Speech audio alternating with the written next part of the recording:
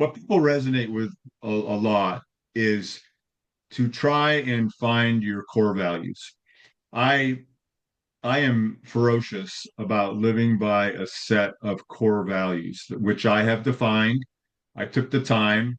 In my case, I actually took a couple days in a hotel. It's kind of an interesting story. I was had a meeting that was canceled, and I was already out of town. I had a couple nights in a hotel, and rather than just hurry up and go home, I just stayed at the hotel, and I devoted that time to really trying to get to know myself.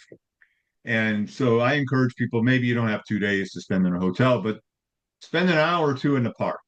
Take a notepad, take a pen, turn off your phone, and try and really figure out what you stand for.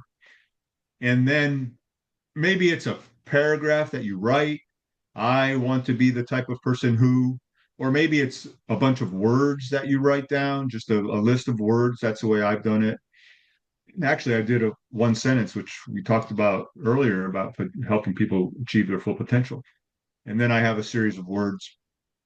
And then really get to know that and really get to feel that within yourself.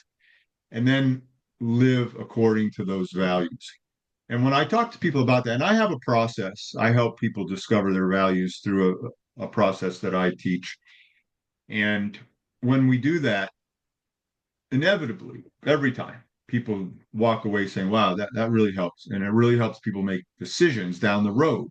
Because when you know what your core values are and the moment of decision comes up, it's much easier to know whether you should turn left or you should turn right because you have a compass, you have a something to go by.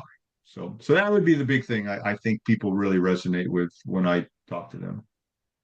Great words to live by. And I think the big key there is for people to write it down, to have it on paper Yeah. so they can see it. Yes. And then every time a decision comes up or a choice comes up, they go, okay, does this match with this? If not, okay, no. Exactly. And it's a lot easier Exactly. than, okay, let's think about Yeah. it. Well, you don't have to, you just look back. So thank you very much That's for right. that tip. How is success like a picture frame?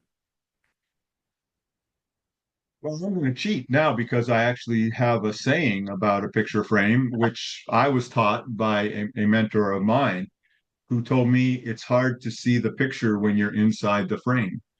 And by that, he meant that we all need a mentor. We all need a coach, someone who can look at us as we are inside the frame and tell us what they see.